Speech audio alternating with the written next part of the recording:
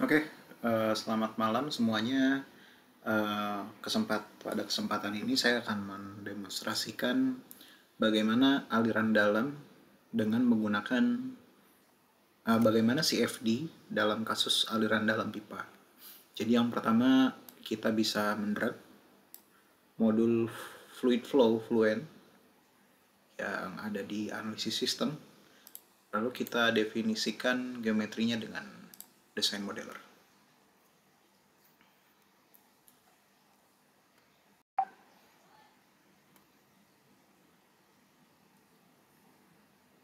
Jangan lupa untuk men-setting unitnya menjadi milimeter.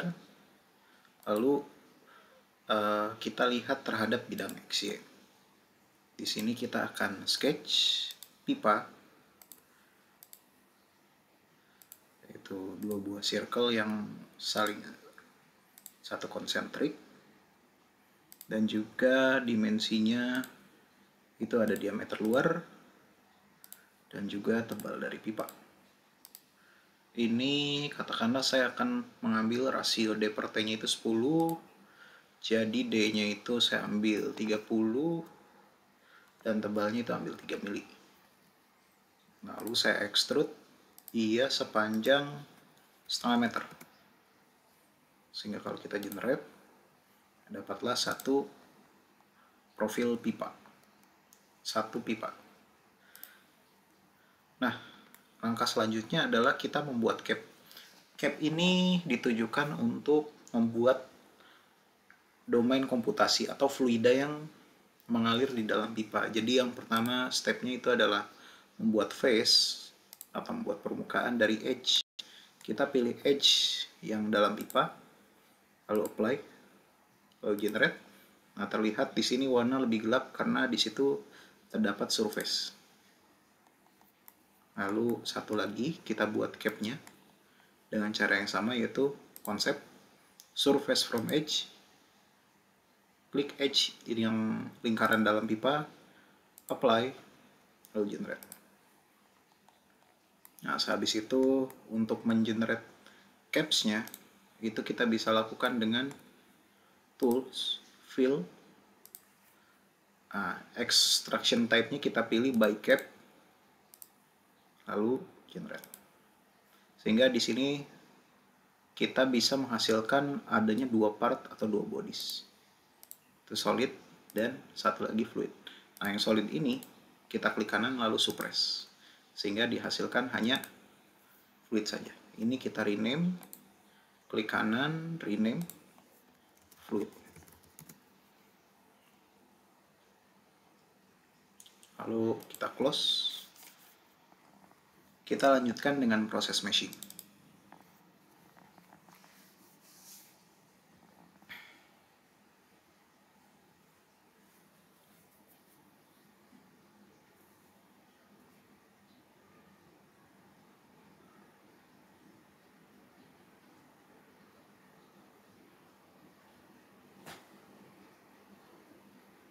Nah, pada proses meshing terlihat bahwa geometri itu transparan ya, dan dia adalah merupakan fluida.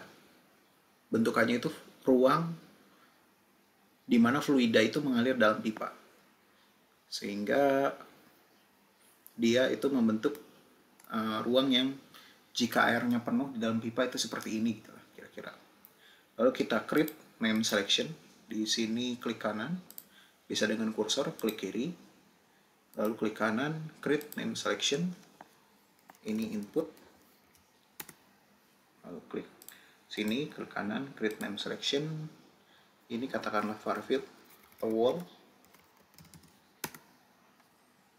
Lalu di permukaan satunya kita klik kanan, klik kiri, lalu klik kanan, create name selection, output.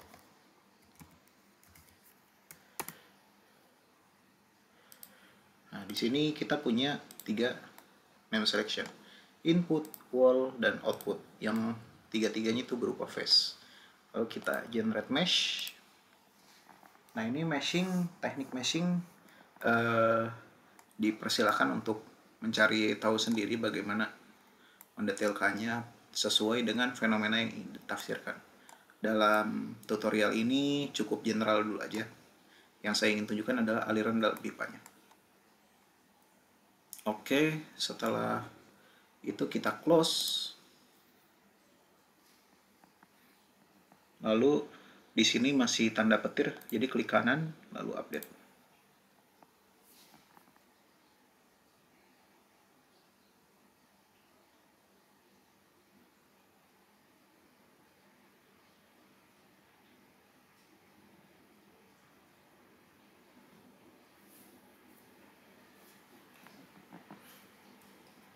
Nah, setelah mesh berubah menjadi tanda centang, di sini setup itu ada tanda panas seperti ini ya, yang melingkar.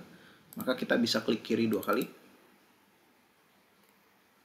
Nah, ini sebelumnya di kelas saya terangkan untuk solver proses itu bisa menyesuaikan dengan jumlah core dari komputer. Namun saat ini kita coba satu dulu aja, start.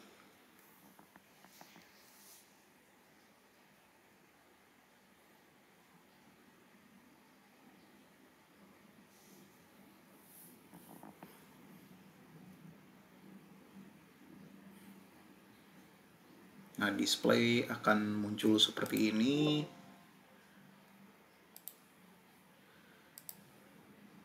Nah, di sini memang kalau di komputer saya ini cukup kacau ya. Namun di sini apa namanya? Ada outline view, ada toolbar ya di sini. Nah, ini pilih salah satu aja karena toolbarnya ini cukup makan tempat dan outline view ini isinya sama. Jadi, kalau misalkan kalian mau sembunyikan outline view pakai ini boleh. Kalau misalkan kalian mau pakai toolbar dan outline view disembunyikan boleh. Kalau saya memilih pakai outline view karena lebih familiar. Jadi ini toolbarnya saya tutup. Lalu taskpane-nya ini adalah penjelasan dari outline view. Namun saya belum butuh, jadi saya tutup dulu. Kira-kira ini adalah hasil meshing dari apa namanya? Fluent tadi. Nah, lalu di sini terdapat beberapa setup yang harus di set. Itu yang pertama adalah mengenai generals. Generals itu analisis type, steady atau transient. Kita pilih steady. Solvernya ini pressure base. Velocity formulation-nya absolute. Gravity-nya kita off dulu aja ya. Mesh-nya itu pertama kita cek dulu, takutnya ada yang bermasalah.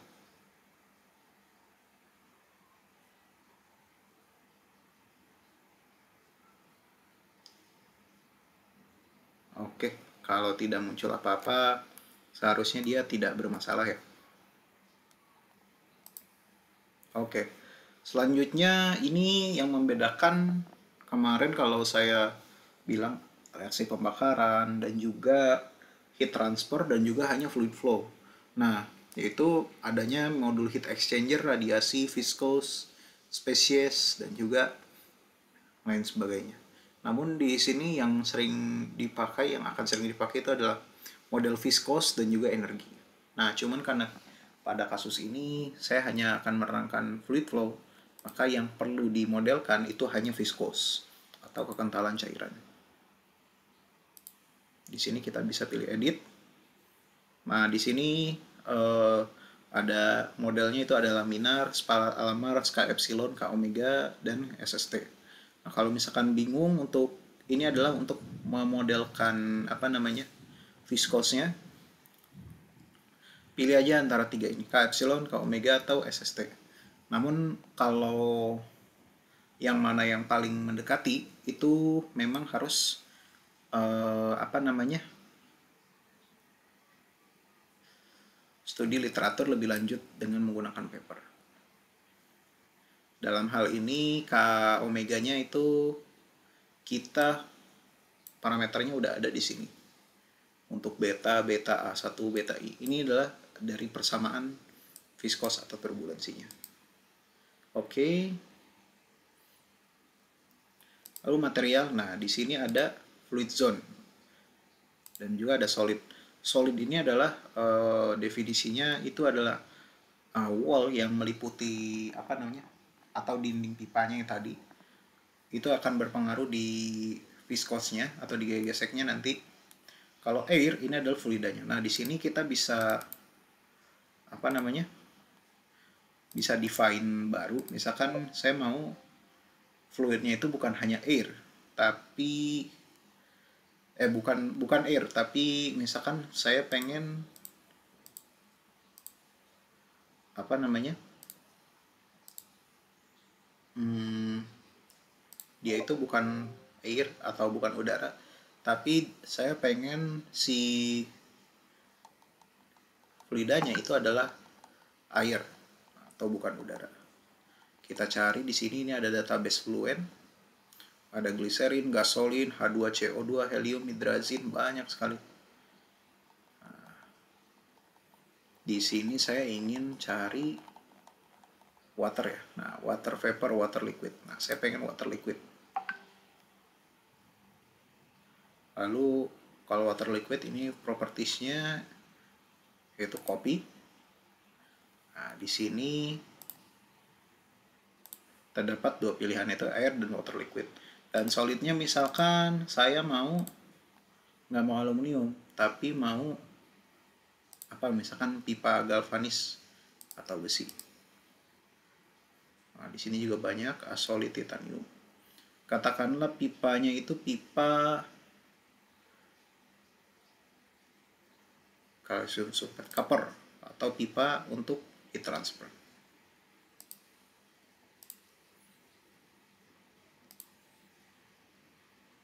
Nah, lalu di sini cell zone-nya itu adalah fluid. Nah, fluidnya ini kita define sebagai, kalau di sini by default dia itu adalah air atau udara. Nah, kalau tadi materialnya dia belum di define water liquid, dia tidak akan muncul di sini. Nah, dia cukup pakai water liquid. Apply, close. Nah, kita lihat lagi di sini edit. Nah, dia water liquid. Apply, close. Nah, boundary condition-nya di sini ada internal, ada wall. Nah,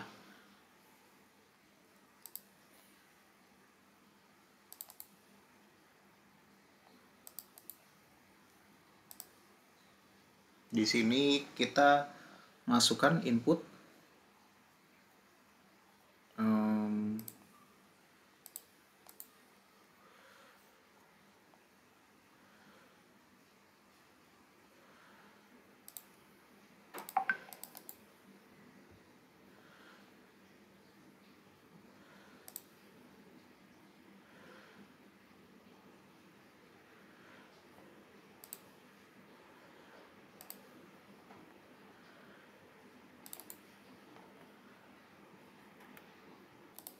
Nah, di sini kita bisa lihat boundary condition itu berdasarkan zone type. Kita ubah dulu group by-nya itu by adjacency.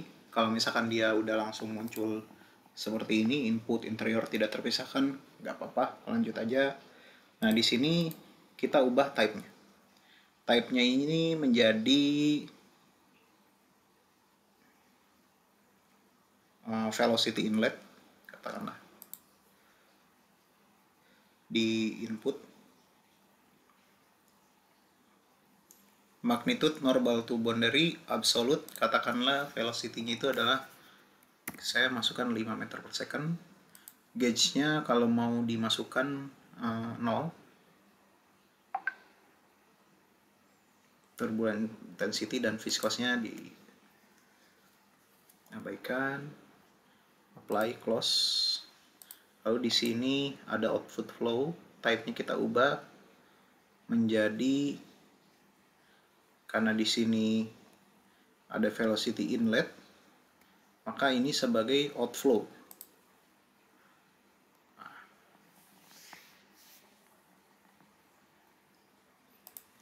Lalu kita edit reference value-nya.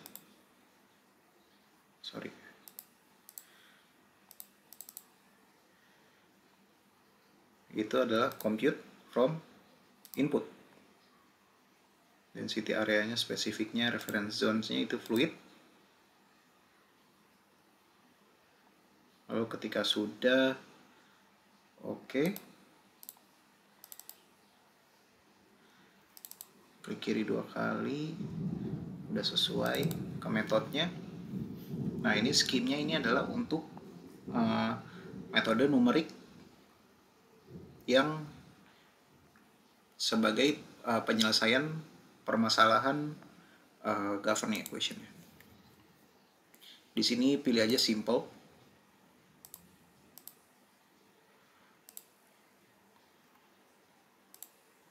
Di sini auto select aja.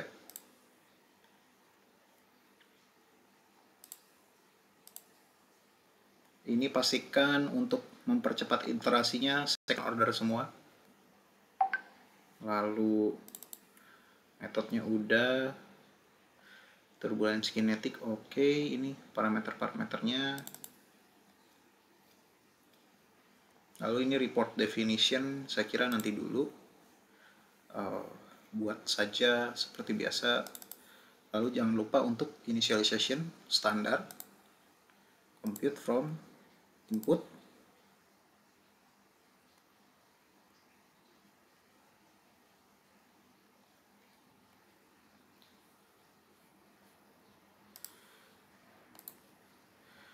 Ketika sudah initialize,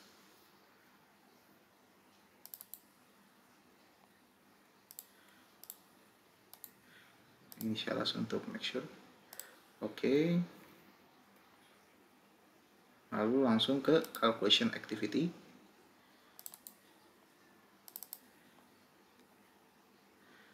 Nah, di sini bisa auto save every berapa data.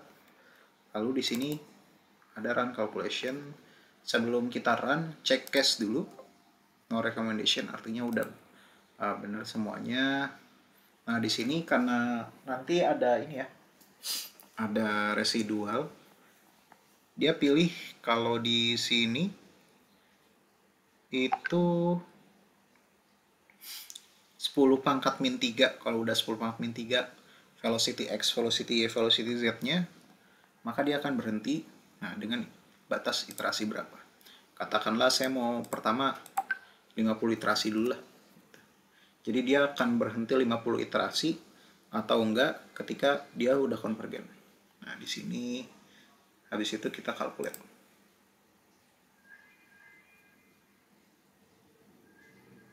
Nah, ini adalah residunya. Jadi ada continuity. Nah, kalau misalkan calculation complete, kayaknya 50 terlalu dikit ya.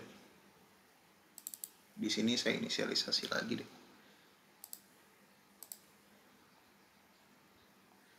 Nah, sudah diinisialisasi, initialize, oke.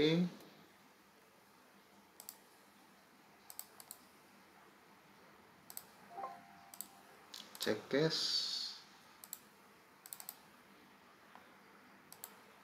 Di sini saya 500 iterasi lah, supaya lebih kelihatan. Nah, ini kenapa cepat gitu ya kalkulasinya per iterasinya?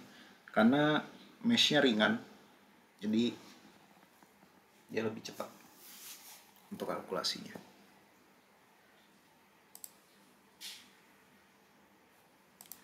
Nah, ini scale residualnya terlihat ya. Jadi di sini ada yang belum konvergen karena masih ada yang kurang dari 10/3. Itu adalah dari continuity-nya. Terus dia akan mengiterasi sampai kalau misalkan ini nggak apa-apa ya, dimaafkan, udah 10/7 fluktuasinya. Nah, ini dia makin turun dikit-dikit, makin perlahan. Nanti sampai 500 dia berhenti, calculation complete. Kalau dia udah turun di 400, misalkan 400 dia udah 10/3, maka kalkulasi juga akan berhenti. Nah, setelah running oke, scale residualnya udah oke, kita close, artinya analisis sudah selesai.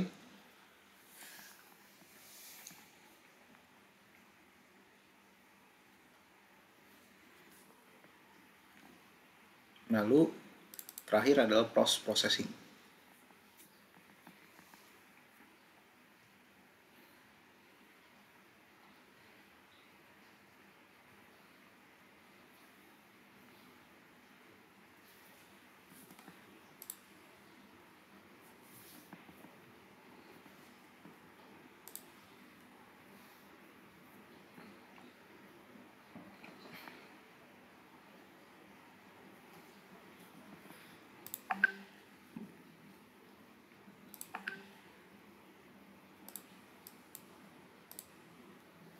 Nah, di post processing ini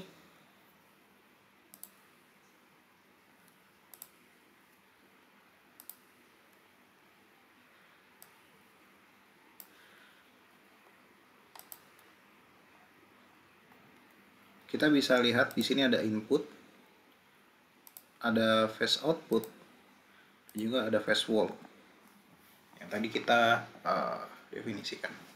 Nah, sekarang saya mau lihat misalkan pertama itu adalah distribusi kecepatan di input gitu ya. Maka kita bisa apply contour. Di sini location all domain, location di input. Nah, yang mau dilihat kontur apa? Saya misalkan pengen lihat kontur velocity-nya.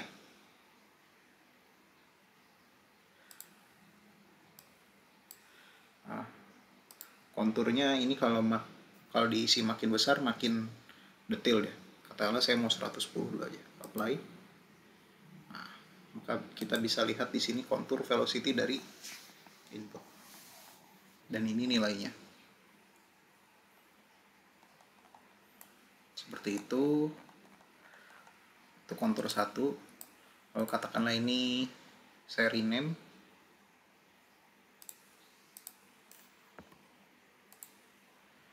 Edit. Oh, di sini labelnya. Sebentar, geometri. Oh, bisa di rename ya. Ya udah berarti kontur. Lalu yang kedua, saya mau lihat konturnya, saya off kan dulu misalnya. Saya mau lihat streamline atau aliran yang mengalir di semua domain, yaitu 3D streamline, all domain, start from input, sampling equalization place, katakanlah ini 250. Oh, diisi lebih banyak, lebih detail ya dia. Direction forward, variabelnya velocity. Oke, apply. Nah, ini adalah streamline atau aliran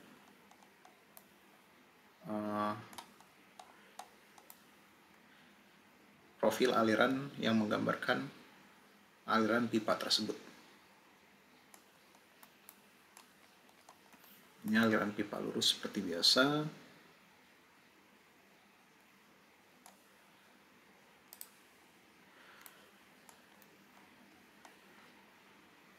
Lalu misalkan streamline ini saya mau ubah, misalkan konturnya itu kontur yang tadi. Misalkan saya mau lihat kontur di tengah-tengah pipa gitu ya. Maka di sini kita bisa insert location plane 1. Metodenya di X, Y, Z plane berarti. Ini tergantung dari apa namanya.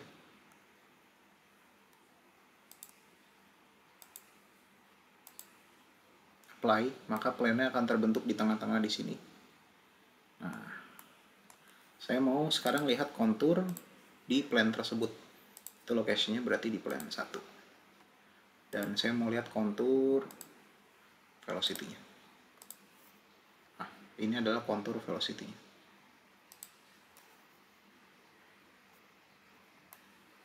Nah, di sini pertamanya dia uniform, lalu makin lama makin cepat ya.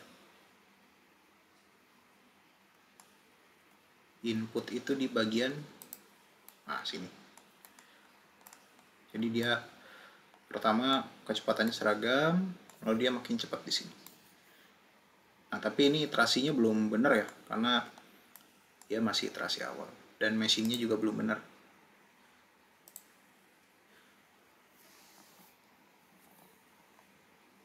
Lalu untuk macam-macamnya seperti kontur, streamline, dan particle track ataupun yang lainnya, ataupun vektor. Vektor juga kalau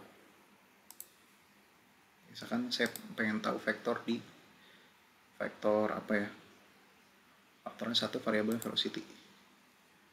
Lalu biar kelihatan kontur satunya off kan, kontur 2-nya off kan. Nah, ini adalah arah vektor dari velocity. Nah, kelihatan ya ke kanan semua. Jadi ini untuk mengetahui arah aliran kalau misalkan nanti geometrinya udah kompleks. Oke, mungkin cukup sekian untuk tutorial fluent aliran dalam. Terima kasih atas perhatiannya. Semoga kalian bisa coba ya yang lainnya juga kasus di aliran dalam, atau bisa diskusi via WA. Terima kasih atas perhatiannya. Wassalamualaikum warahmatullahi wabarakatuh.